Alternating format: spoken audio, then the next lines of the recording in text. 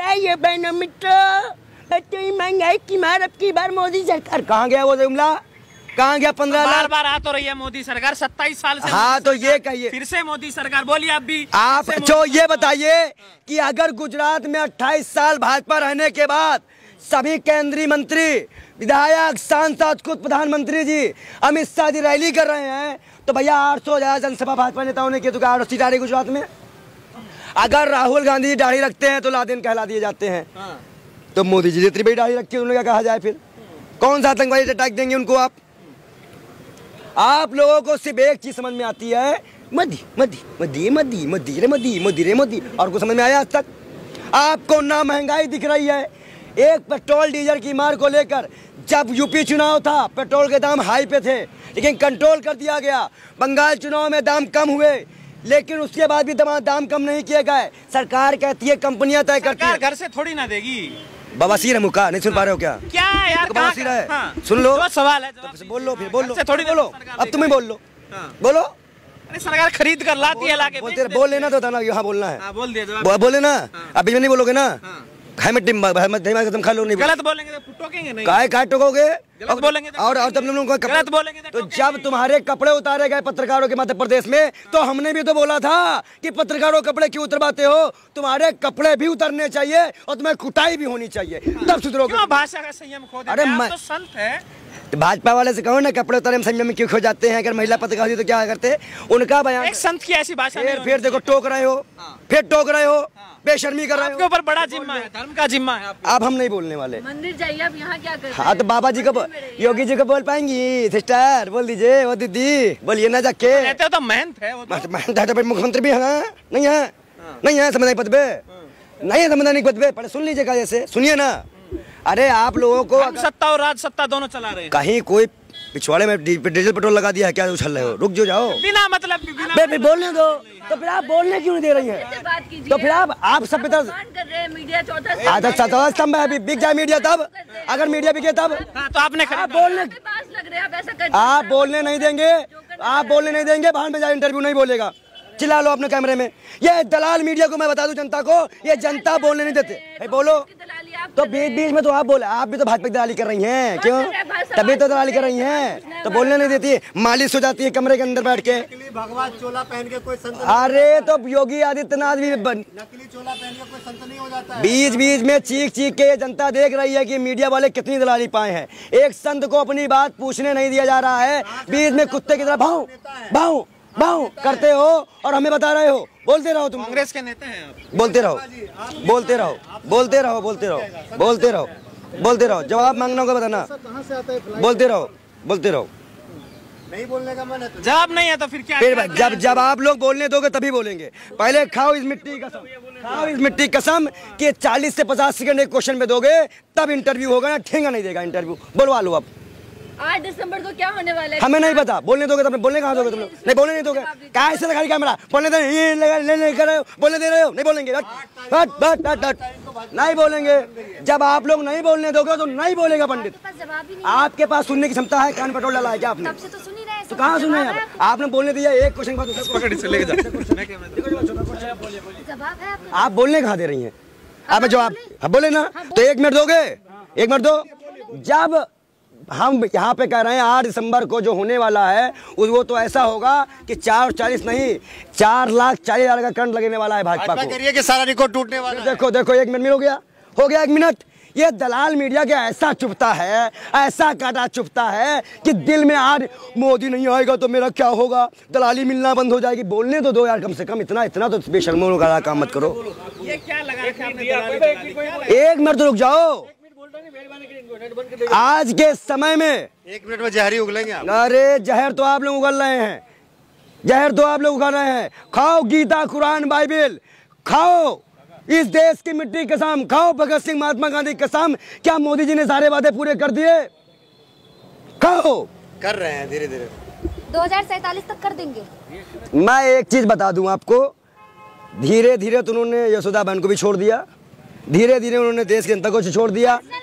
तो 50 लाख की गर्लफ्रेंड पसंद नहीं था, कांग्रेस की विधवा पसंद नहीं था, आप लोगों की आंखें और काने बहरे और अंधे हो जाते हैं। आप लोग नहीं सुनाई देता है प्रधानमंत्री की बातें। जो व्यक्ति राजनीति में नहीं है उसको राजनीति में नहीं घसीटना चाहिए। और आप व्यक्तिगत प्रधानमंत्री, पूर्व प्रधानमंत्री रेनकोट का पीएम कहा गया, वो प्रधान राजनीति में थे, राजनीति में थे तो क्यों कहा गया उनको भाजपा वालों ने?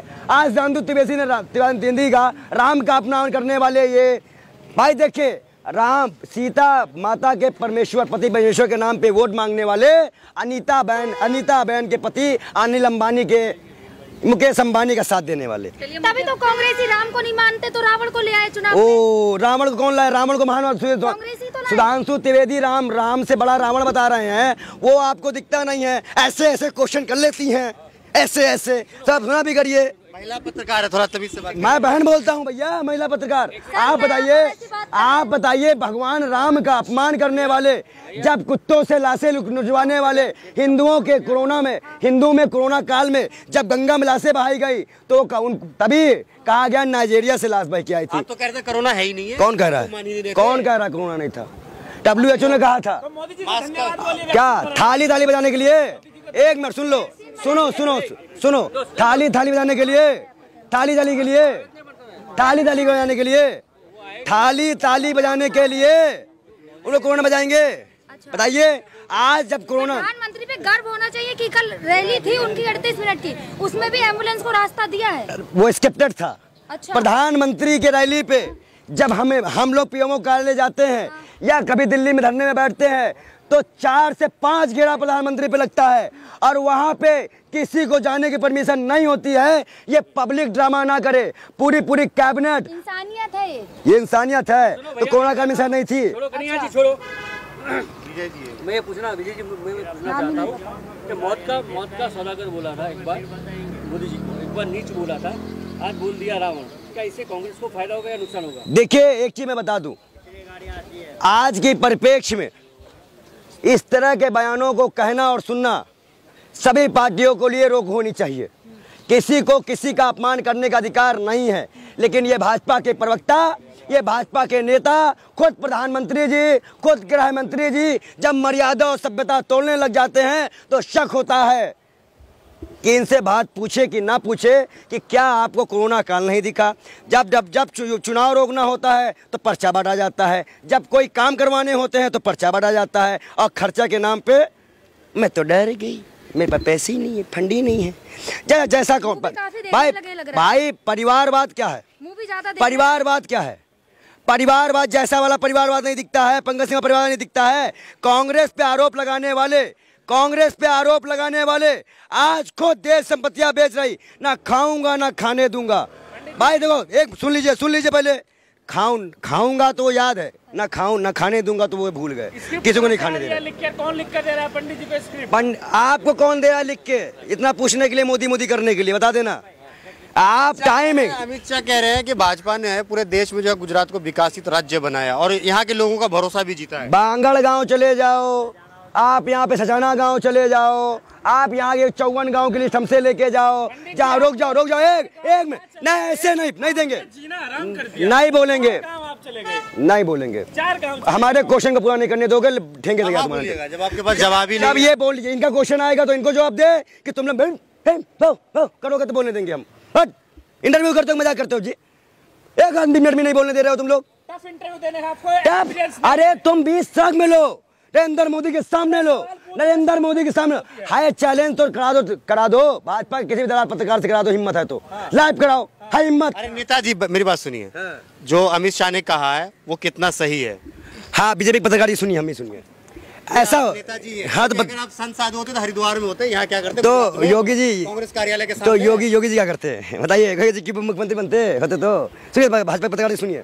ऐसा होता है कि देश में जब भगत सिंह का नाम आता है या सरदार वल्लभ भाई पटेल जी का इस धरती पे हम खड़े हैं, महात्मा गांधी धरती पे खड़े हैं, उनका नाम हटा के मोदी जी ने अपना नाम करा दिया गया। क्या देशभक्ति थी? नमक का आंदोलन यहीं शुरू, गांधी जी का नमक चंपारण से उन्होंने नमक आंदोलन शुरू किया। गांधी जी बिहार से चंपारण आंदोलन शुरू करिए। गांधी जी और बिहार का, यूपी का और गुजरात का बड़ा करीबी रिश्ता रहा है। यहाँ पे हालात ऐसे थे कि जब यहाँ से 2 लोग रंगा बिल्ला पहुंचे, तो मोदी जी का भी पूरा देश में जहाँ भी जाते हैं उनका करीबी रिश्ता रहता है। मोदी जी तो तब पैदा ही नहीं हुए जब आजादी के टाइम, जब बुलबुल में सावरकर जी उड़ा करते थे ना, तो पैदा ही नहीं हुए थे। बिल्ला लगा रखा क्यों नहीं बोलेंगे, क्यों नहीं बोलेंगे? हाँ, कौन है कांग्रेस की विधवा? कौन है कांग्रेस की विधवा? कौन है कांग्रेस का 10 लाख की गर्लफ्रेंड? घिग्गी बन गई तो डर गई, डर गई, आवाज नहीं आ रही अब तो, बहुत डरते हो। जो है ब्राह्मण विरोधी जो है नारे लिखे गए, आप क्या कहेंगे? देखो एक चीज बता दे, भाजपा पूरा प्रोपेगेंडा इसी तरह करती है। अभी अंकिता भंडारी का केस आया था, मेहताब में तो हम फांसी की मांग कब से कर रहे हैं, लेकिन फांसी ना देकर उसे पब्लिकली हिंदू मुसलमान कराया जा रहा है। अरे दो फांसी, गलत कोई भी करे। मैं एक बात अपने तरफ से बता दूं, मैं पहले एक बात बोल दो, कोई भी कट्टरवाद करे, चाहे वो हिंदू हो, मुस्लिम हो, सिख हो, ईसाई हो, कट्टरवादी का साथ बाल योगी नहीं देगा।